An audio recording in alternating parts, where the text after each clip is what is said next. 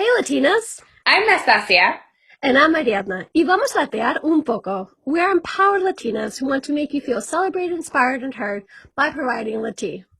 Latina is a weekly podcast that can be found anywhere. We are raising our voices and making an impact by diving deeper on the topics that get swept under the rug and more.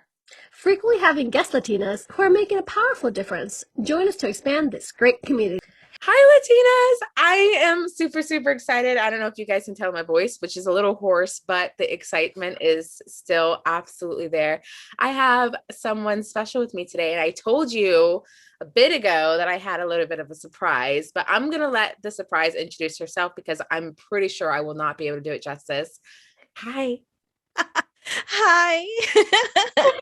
I'm like, what do I say? I'm really bad at talking about myself. I think because I do it so much professionally that I'm like, okay, my name is Prisca Dorcas Mojica Rodriguez.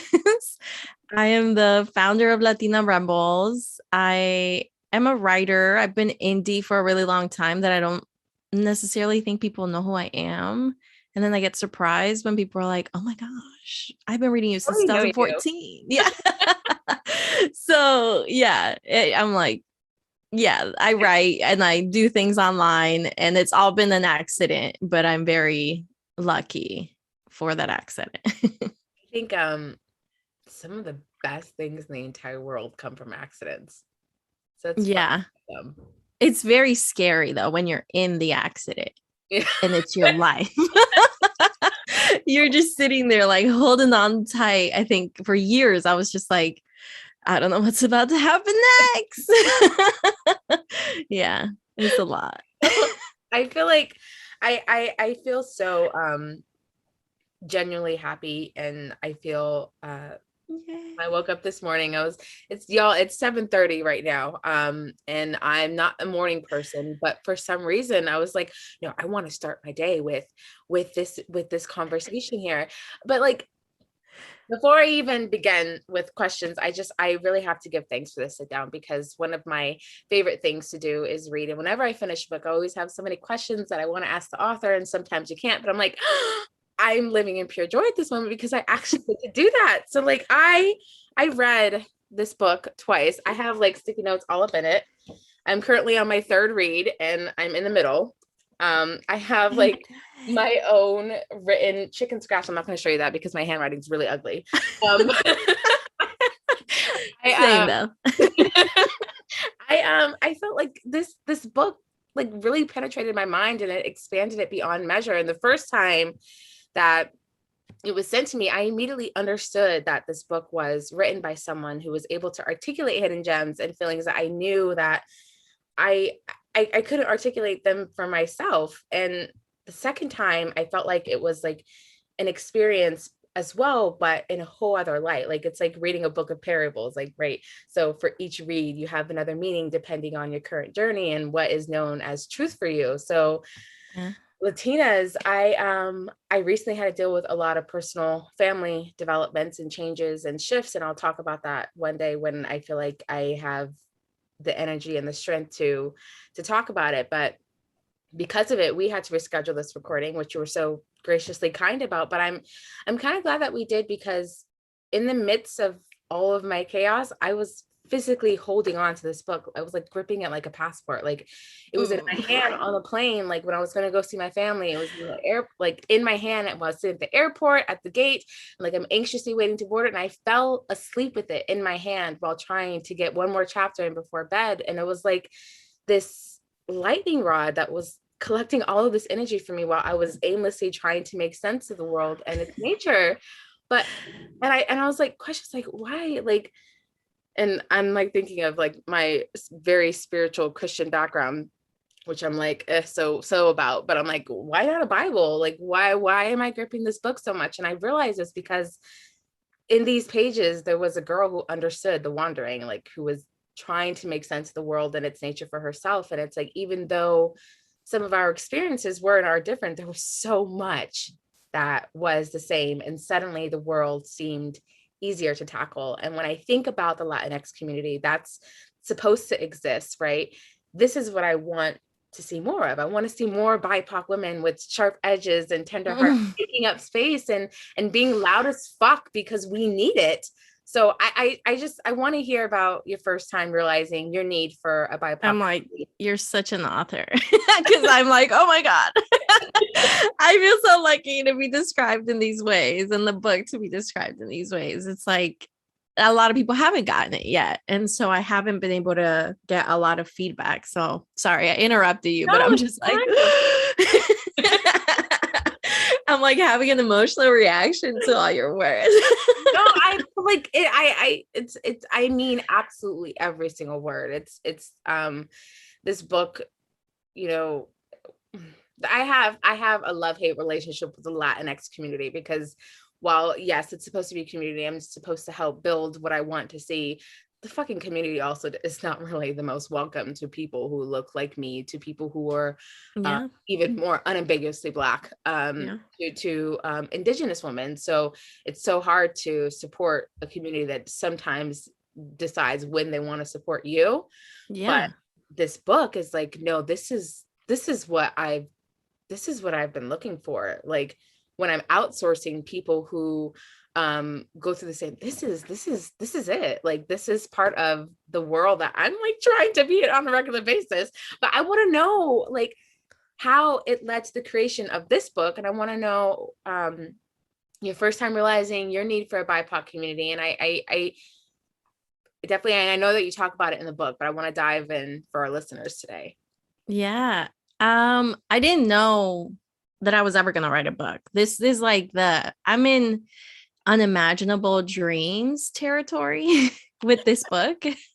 I was never, everything that has happened to me has been luck, a lot of luck, and a lot of like the right place at the right time, and a lot of grit. But it's been the three of those things. It hasn't been one more than the other or anything. And so like for me, I have a lot of tunnel vision. So like from high school to college, it was like, get to college. That was it. In college, it was like, graduate.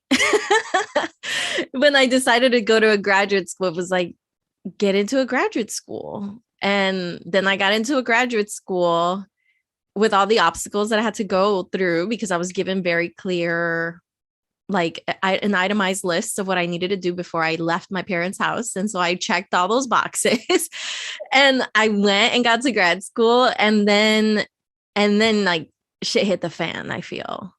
And my writing career has been an accident the whole time, because I haven't been encouraged ever. No point in my life was someone like, wow, your writing is beautiful, you should think about doing that more. No point in my life was I encouraged in that way. In fact, I was more told, you don't know how to write, because my syntax is off. So like the order of words, because of Spanish, I flip everything all the time in my captions. If you follow me closely in my stories, like I'm always saying shit the way, quote unquote, I'm not supposed to. So I've always been told more so like, you don't know how to write. You need help writing. You need whatever writing, especially in grad school. So when I started writing, I never like journaled. I never anything. I just started writing Instagram captions when the Huffington Post reached out to me and was like, oh my God, you're a writer. We would love for you to write for us. It was a DM on Facebook, 2015. I had just graduated from my graduate program. And I got this DM from this woman named Nisha. And I was like, am I being trolled? This isn't real. And it's a Huffington Post, the blog section, right? Where they don't pay you anything. But there is like a legitimacy that comes with the Huffington Post. So I started writing for them. And within 3 months, my first piece went viral. And within 2 months after that, I was writing full time. And I could commit to writing full time because I was able to make money off of it. But I never had like a next step for that. It was always like flying by the seat of my pants. Lucky to be here. Happy to be invited. Happy to even have been thought of. And then 2017, my agent reached out to me on DM. Again, Twitter is going down on the DMs, y'all. And he told me, he's like, I want to help you write a book. And I was like, okay. Like, if you don't have an MFA, if you're not in publishing, that sounds crazy. And I was like, who told you that I could even write a book? Like, who made you believe that? Because the longest piece I'd ever written at that point was 1,000 words. So I was like, what do you think this is? But he insisted. If it hadn't been for him pushing me to write my proposal, I would have dropped it. Easy, because a proposal is another monster. It's learning to write something else. And I was already making enough money to sustain myself with the writings that I was doing. Very indie. I never wrote for, the biggest I wrote for was Huffington Post. After that, I was like at Philadelphia Printworks, at Hip Latina, Viva La, which closed. Like, it was all really small. I tried Me Too, but they never would pick up my pieces. Like, the minute I would try to get bigger, it was rejected. It was always seen as like too niche, too weird. Like, people don't write like this for any section of online writing. So yeah, for him, it took him pushing me to be like, I would send him like a half-ass proposal and be like, I don't know what this is, but here. He would send me like, oh, this is great. Here's some samples you can like even just mirror and then send me back edits. And it'd be like 6 months. And then he'd message me like, so how are you? Do you have the edits for me? And I'd be like, oh, fine. But I thought the whole thing was fake. I went to his office once in 2018. I was in New York and I was like, I need to see if this guy's legit.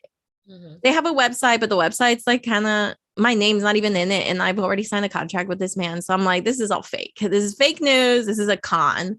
So I go to his office and it's like in a rinky dink building with one elevator. I literally, when I left his office, I was standing 45 minutes in front of the elevator to like just leave the building, and it never came.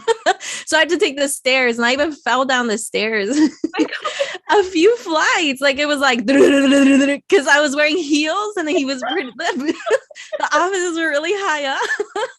So I was like, this isn't, I don't know what I'm looking for to know that this is legit, but whatever. This doesn't feel legit. And I finished my proposal June 2020, and I gave up writing and started applying for jobs at the same time, because that's how much of this isn't legit I was in. And I was tired of knocking on so many doors and getting them slammed in my face. Like, I got tired of that dance of like submitting a piece, white Latinx editor replying and being like, I don't get it. And me being like, oh, okay, but it's not about you though. So just publish it. But they wouldn't. Yeah, they just wouldn't publish anything. And it was just like hitting walls after walls after walls. And I just was like, I'm not afraid of working. I don't know what people think when they start doing this kind of stuff, but I'm not afraid of working. So I was like, fuck it. I don't need to be getting doors slammed in my face. And yes, I could still make a living doing the talks, but it felt like I plateaued. Like, there was no going forward. So I just applied to a bunch of jobs. Nobody would hire me because I was Googleable at that point. The one place that hired me, they Googled me and actually were impressed with me. It was Big Brothers Big Sisters of Middle Tennessee. And so I became a caseworker. I started working late July. September, my agent called me in my little cubicle and he's like, Prisca, I just sent out your book proposal. 4 of the big 5 at the time, big publishers, are interested in it. They want to set up meetings. Congratulations. And I was like, what? And I hung up and just started sobbing at my desk because I was like, this isn't real. This doesn't make sense. What is the big 5? Like, I was Googling everything because he just said things like I knew what he was talking about too. And so I'm Googling things and he starts sending me names like Seal Press and Simon and Schuster and Beacon and like all the editors for me to like get comfortable with everything. And I'm like, who the fuck are these people? So I start looking at websites. I'm like, oh my God, this press published Harry Potter. Okay. I could put this somewhere in my head, or this press publishes a lot of Christian people. Okay, I can put that in my head. And I started doing the interviews, and the way that it happens is a lot of handshaking at the beginning. Yeah. Yeah. And it feels even more not legit if you're not in the fucking industry. And so like I do all the interviews, it goes to auction, I pick who I want, and then they're like, woohoo, congratulations, start writing.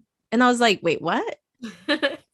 This was like November when I picked somebody, November 2020. They're like, congratulations, start writing. I'm like, nah, I don't write for free. And I shot myself in the foot because I didn't get paid till March 2021. And I didn't see a contract till January. So I didn't start writing till March. And I had to be done with it by September. So it was like, for anyone who doesn't know, BA, the people who handle the contracts to negotiate, it takes months to see any kind of work or payment going into your bank account. It is a bitch. I'm sorry. And I quit my job. So I was like running on empty. No, it was 2020, March 2020, right when COVID started. I was like, okay, I need to sit down and write this book now. And I did, and I was able to, but it was like, it was just taking it one step at a time every time. And when I sat down in March and was like, can I write a book? And the answer was, if these mediocre white men can. And so I started Googling like random ass books from white men. And I would just like, oh, this got published, I can write a book. And that was my motivation. And I like barreled through it, and it was great. And I'm so happy we're here, but it has all been a ride that I've never expected. I didn't know how to plan for it. I didn't know how to react to any of it. I didn't know what was happening half the time. I still don't know what's happening half the time. They're telling me my pre-order set numbers, and I'm like, what does that mean? Like, you're not giving me anything to work with. Like, I don't know what that means. Like, what is 1,000, over 1,000 pre-orders, like in the scale? You haven't given me a scale to work with. So I'm here. And I wrote it. I fucking love that. I think that's so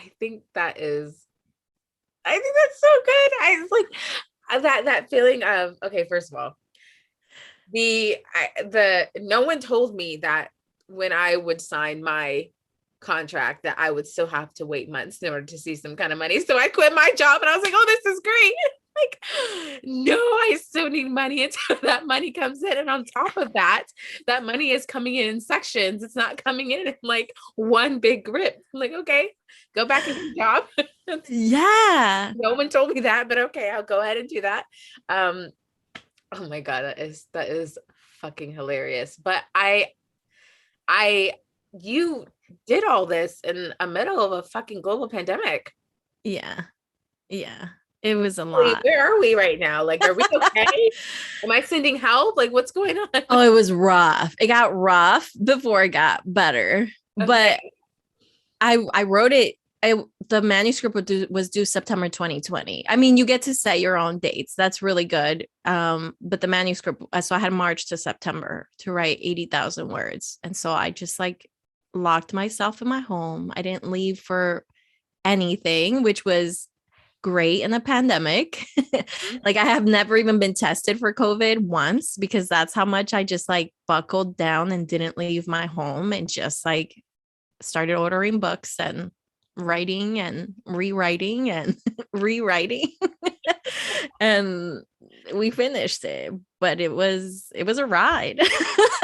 And still I'm like waiting, what are people gonna say? Like, it is a different kind of book. It is a book you don't see told and written in the ways that I chose to write it like a parable. Like, because it feel like every chapter I was just trying to be like, okay, how do I explain this topic? Okay, how about this story? And then how about, okay, maybe that didn't bring you in, but what about this story? And what about this story? But I'm just like attempting to like explain it in as many angles as I can, this one topic, over and over and over again. And my editor was like, I don't even know what genre this is, for a while, which made me panic. And I was like, I think it's an autoethnography. But I mean, who cares if there isn't a genre if the need is there? So I just like went for it. But it was very scary, and it was hard mental health wise a lot, because the world is like burning. Yeah. And I'm also, my insides are on fire because I'm trying to inspect deep wounds to find instructions within them. And that was a lot. Wow. I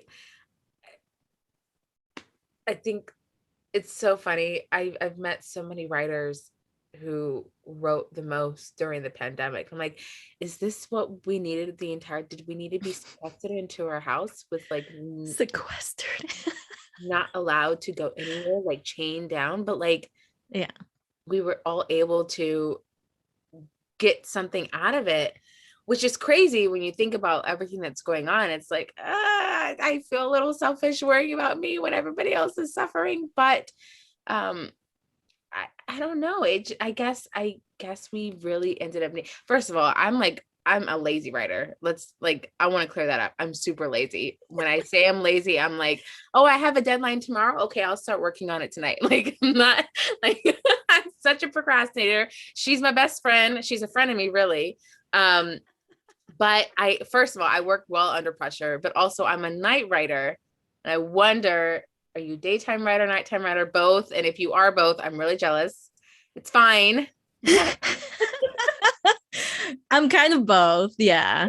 Oh, But it needs to come when it comes, though. And so I had to learn to force her to come. Like, that writing voice didn't want to listen to me. And I was like, bitch, you got a deadline. And so I had to force myself to go to those places, because I think my writing voice is always there, but I've learned that she can be a little much. And so I do a lot of labor daily to silence that voice within me, because I'm not always ready to write what she's processing. yeah. So I had to, where right now, normal day, a podcast is playing. I have like an instrumental playlist on my Alexa. I have a lot going to keep me out of that voice. Mm-hmm. I had to turn all that off and be comfortable with silence, which is a thing my therapist has been trying to do for years. Be like, it's okay to go to the ugly. It's okay to go to the pain. It can be generative. And I've always known this, but I hadn't figured out how to harness it. And I had to learn really quickly during the pandemic how to harness it and how to create boundaries that kept my relationships intact, because when she's out, I'm a bitch. I am intolerable. I'm crying. I'm not present. People talk to me and I'm glazed over because I am in another very deep wound that I'm only going to project to you, but I'm not going to be able to explain yet. Yeah. Because I'm still processing that. So I had to learn, like, okay, when my door's closed, don't talk to me. And if I'm out and about because I'm eating, check in with me if I'm a person, because 9 out of 10, I'm not when I'm in writing mode. But so I had to learn all that, which I didn't before. I didn't. I just like got to write whenever I wanted. Got to let the moment. And I stopped writing for 2 years before I wrote this book. Like, I really felt like I was too happy and I didn't want to nurture that voice. I wanted to be happy in a new relationship, happy in my life and our goals. And even as I attempted to stop writing as a career, create a new life where that voice wasn't even going to be a part of it anymore. And it was a lot. It was a lot. And I can imagine that you get that. Yeah. I think it's so weird but cool and spooky and spiritually and whatever else that can come up with, but like writing feels like an entire being on its own that's living in us, right? Like it's so much that is a part of us, but also so much that is separate from us, right? And how she comes out when she needs to, and she also needs to be tended to and cared for and nurtured, so that way what comes out is actually understandable and not just like a whole bunch of verbal Yes. Yeah. Because sometimes it is just like verbal chicken scratch. Usually at the beginning, that's what it is. Oh my God. I am a Gemini, so like I am the queen. Gemini moon. Yeah. Really? Okay, Yeah. so you understand the Yeah. verbal chicken scratch. Like you know from experience. Okay, I see you, girl. I see you. She has a name. She is not well. Yeah. Oh, y'all check on your Gemini friends. I promise you. Oh my God, true story. I'm like sweating just thinking about how I'm talking about her. She's gonna come out so mad. You want to talk about me? Oh, you thought? I'm gonna switch you up with some personalities here and let you know what it really is like. Oh my God. Yeah. You mentioned about talking about the wounds and whatnot. One chapter is probably my favorite chapter, and I know Latinas, I talk about this in almost every other episode, and I promise I'm never gonna not talk about it. But your second chapter on colorism, my goodness. So I'm gonna read what the first paragraph, and I'm so sorry because my dyslexic ass is gonna put y'all through it, but we here, so let's just go. Me mommy tells me to get out of the sun. Me mommy tells me to put on sunblock. Me mommy tells me not to go to the beach so much, but she's not protecting me from skin cancer. That's not really on our immigrant radar, nor our primary worry, unfortunately. She's not telling me to stay out of the sun out of deep concern for my health. Me mommy does not want me to be too brown. And my goodness, you just from that chapter and from this entire book, you unlearned a very popular teaching for Latinos, which is this horrid belief that in order to be presentable, acceptable, likable, digestible, we had to like minimize our brownness or our blackness to bite size, basically. We had to shun our ancestors and their quote unquote savage ways, as our colonizers would say, and assimilate. And I know for me, I still have conversations with myself in the mirror telling me like, my melanin is beautiful and I need to wear this reminder as a shield. And it's nice after 2 decades of being told that it was more unfortunate than beautiful, but it's still a practice that's exists all over the world, not in just Latin America, but all over the world. Like this is a global issue. And so I wanted to know, when did you start to love your brown skin and the features that your ancestors gave you, and that process for you of realizing? I know you talk about it in the book, but we're here to talk about the book. So I just want to dive deeper into it. It took too long, to be honest, way too long. Like I was the person, and there were ways that I didn't say it, but it was always in the room. Like I would say like, I'm not pretty, but I'm smart. I would say that with like, I knew what I was saying and I knew what I had been taught that cued that statement, but it was always there. Like I was dated as a dare often by boys. And these were Latinx community. Like I wasn't around white people when this was happening. This was happening within our people. So I like struggled up until my divorce, I think was really when I started to date again as an adult with like a new awareness. And also white women aesthetics, I was like, oh my God, they're awful. White college girl aesthetics are so sloppy. Like it's like these oversized shirts with these shorts and these sneakers, and it's just like with a bun. And I was just like, you know what? That's not it. Like this is what I was always told was like the desirable. And I'm looking at it. I'm standing right here next to it as we're about to cross the light into campus, and I am underwhelmed.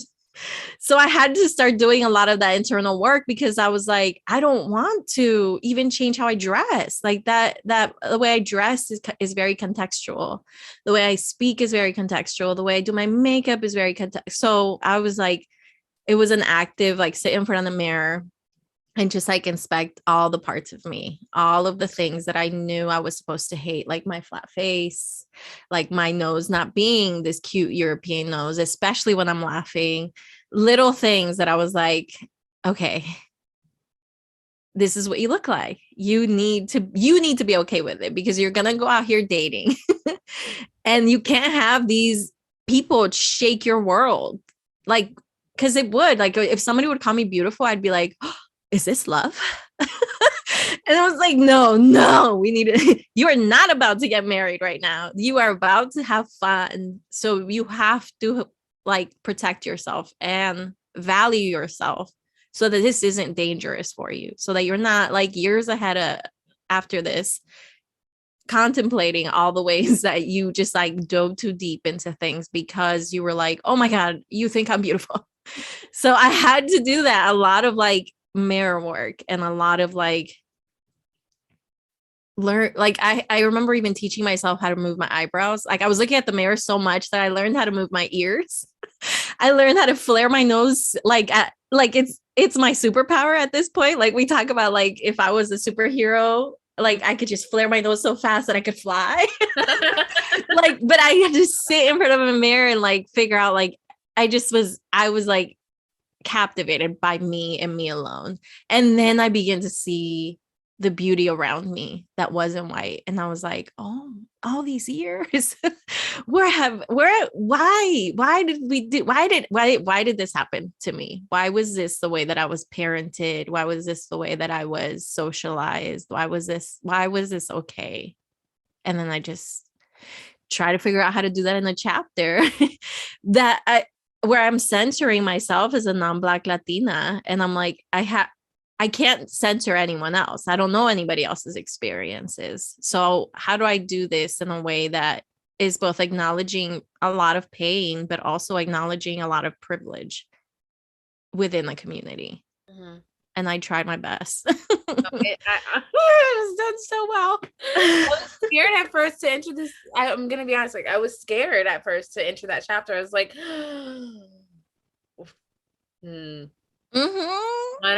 do I want to read this? Am I gonna come out angry?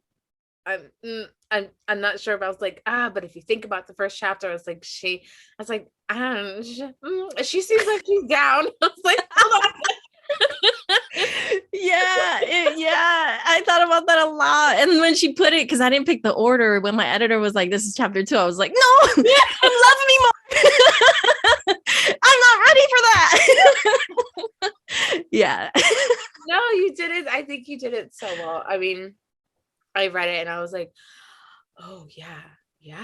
No, this is great. I felt like a damn TikTok audio when I was reading it. But you did it so well. There was so many, oh my God, I could just talk about this book for hours.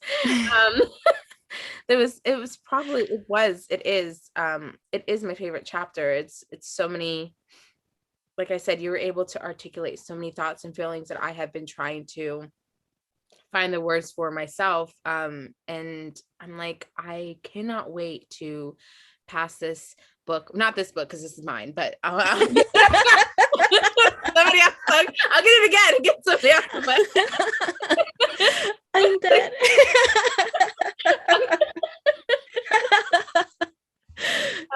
But I was like, I can't, like I said, I mean, this really, you tackle so many topics in ways. It's like, I'm aware of my experience. I'm aware of the privilege that I have. And I'm also aware of those who do not experience the same things that I'm experiencing.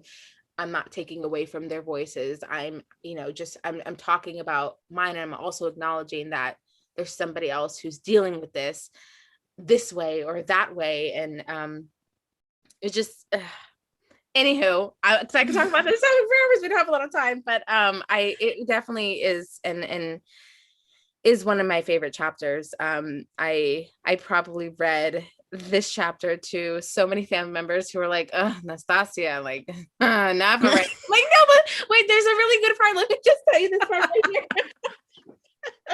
here. Yes. Oh my gosh. Yeah. Yeah. It's just, anywho, so I want to talk about identity and audacity. Both exist in this book, and there is like this sense of freedom that comes with identity, which I think is why we love labels so much, especially this generation, because I feel like once we're able to self-identify or identify an object or a feeling or an emotion or a logic, we then become aware of the consequences that soon follow, whether they be good or they be bad. But then we can make these like strategic moves to navigate within them. But power exists in identity of all forms, and I think it's why we spend most of our lives looking for it, right? Like, and I feel like you so proudly identify yourself all throughout this book with fucking audacity. And when I say audacity, I'm talking about the unapologetic boldness that lingers through all of the pages, something that I pray that we can one day get to as BIPOC women without hesitation or fear of retribution. So I want you to tell us about the audacity you have to be so bold, so unapologetic, and how maybe a little bit of advice or thoughts of how we can all embrace this unapologetically. Yeah. I think about that a lot because it's very scary to do it. And I'm very much fearing retribution because I've given people all the ammo that they would want and need. So, but I think this is a thing that I wanted to count. It was a strategy to counter a lot of academia that loves to say shit that they don't practice. So like they're like, you know, we got to prioritize the poor and disenfranchised, all while speaking in terms that nobody without their level of education would understand. So I was like, if I'm going to write this instruction manual of sorts, I need to be willing to risk everything, like mirror that and consequences and all, and be honest about the consequences to give that roadmap to people. Because otherwise, if I'm just telling y'all prescriptively, this is how A, B, and C is, well, this is what toxic masculinity is. This is the ways that we can combat it. This is the ways that we can live into it. Thank you for coming to my TED Talk. Like that doesn't do anything for me. That just feels very academic and prescriptive, and you lose nothing. Like I've given you nothing. I've gained nothing. And all I've done is talk down to people. That's all I've managed to do. Make it sound like I know everything and you all should read it because you don't know anything. And I think that's bullshit. I hate hierarchies. I hate the way that academia reinforces these hierarchies.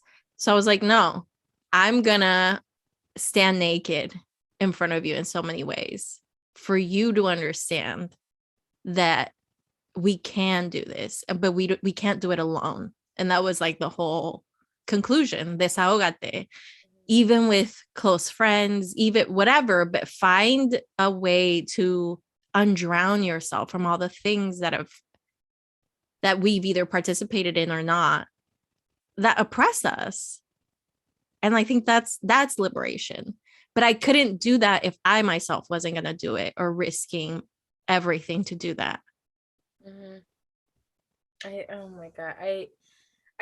There's like this level of transparency and like vulnerability, right? Because you have to be able to open up so many wounds and scars and thoughts that you thought maybe you could just keep down there for a little bit longer. But how did you, this book really goes into detail of, you know, your own experiences and even involves family members. I think that's probably, at least for me, the biggest roadblock or fear that I have when I'm writing, because I'm like, I have so much to say, but it means that I have to talk about some family members and my experience with them. And I'm like, should I change names? Should I switch up the experience a little bit? But like, there's like, because when you're writing, there is this level of transparency you have to have in order for it to mean anything to somebody. So, and I feel like that's, at least why I write. Like I write to connect, but like, is there ever like a moment of fear of like,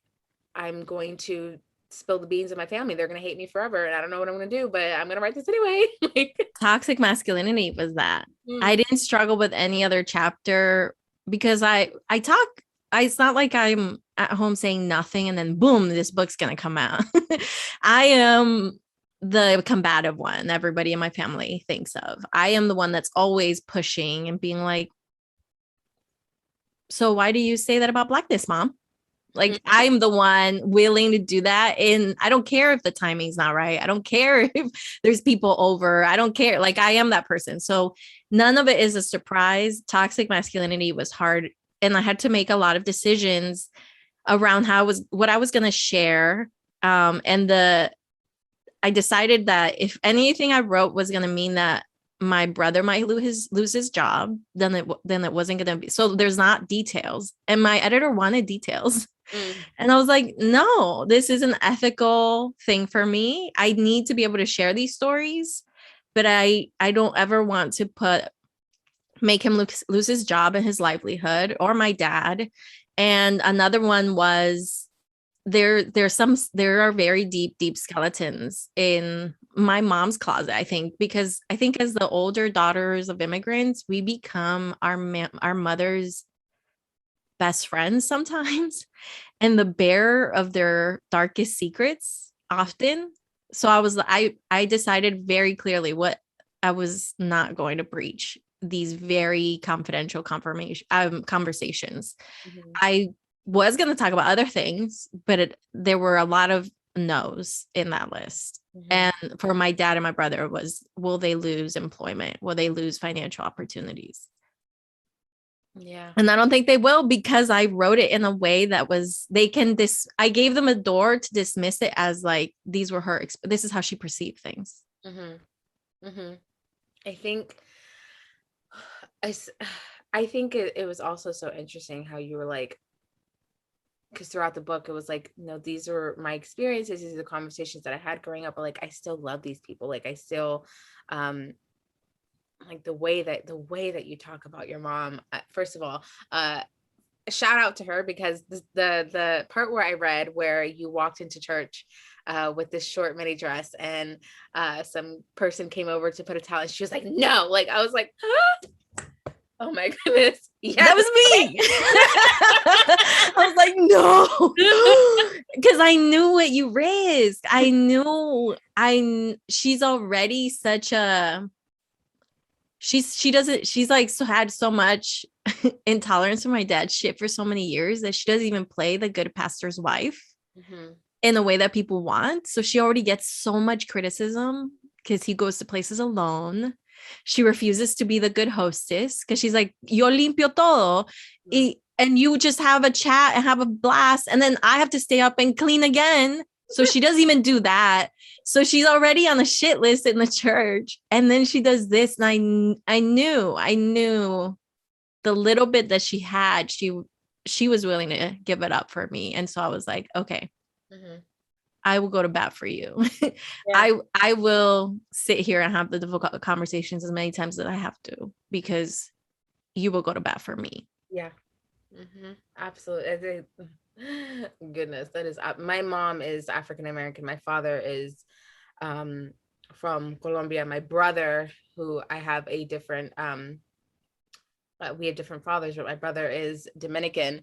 But I was raised with his family. Like, all throughout school, I would go every summer to Dominican Republic and, you know, go tear shit up that I had no business tearing up. But there is this, so many conversations and patriarchal frustrations and sexist remarks and goodness, I sometimes just want to scream, but it's like, I'm sitting here and I'm telling you, this is not okay. I love you because you loved me, but like, I need you to do this or think this way, please, because what you're saying is painful and it's creating this internal monster.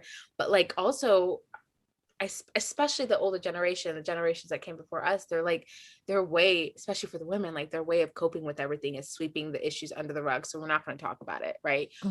Say a couple things here and there, but we're not going to talk about it. We're not going to have a full-on conversation. We're just gonna wash our hands of it and that's it. But also I'm gonna let a few of these things linger as I say a couple of things like, Nana, don't go out into the sun. Nana, don't do this. Make sure you marry a white man. Don't be with a woman because God doesn't like that. That was a great shock for my parents.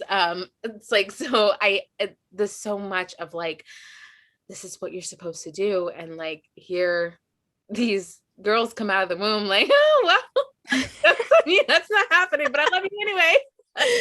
The difficult daughter. I thought about us a lot. The family. Yeah. I mean, I was called that to my face. The thing was, you're tocadita al mal. That's what they would say. And the mal was like books and like books. I didn't drink till I was 26. I didn't do drugs till I was like weed till I was 30. Like it wasn't that. It was like I asked too many questions and thus tocadita al mal. So difficult. Why? Yeah. You're just supposed to be quiet. Yeah. Speak not heard. You yes. Don't think about it too much. Don't question God. Yeah. He's not there for you to question. I'm like, but I have so many questions. Wait a minute. Like, somebody answer me. My God. Yeah. All of that. All of it. Yeah. I said this before. I think I swear that you had cameras in my house growing up. I was like, there's no way that she knows all this about me. Okay. Yeah. I was like, I'm gonna ask her. No. If you can't tell, I love this book. I'm not even gonna share it with anybody. But this was such a pleasure and a journey, and I'm so happy that I got to be on it and contribute in my little small way. But it's mighty for me. So like I'm just really, really really grateful. So thank you for your writing and being so bold and just being so unapologetic about it. I feel like we need, my God, do we need more of that? So this was a breath of fresh air, fucking fresh air. So thank you. It means a lot. I'm not a person who does not accept criticism well. So I would have been open to the criticism if you had any. I want that to be clear because I really want, like, this is possibly a new genre of our people writing. And I like do better. Find the flaws and then don't make them. like if this is gonna open a new space for BIPOC women to write specifically, let's go. And like do better, please. That'll be the biggest gift to me because I want this literature to exist and I want to be able to get all of everyone's books and like continue to grow and fan that fire that like society wants to quench. No, is that the wrong word? Yeah, I'm a writer, y'all.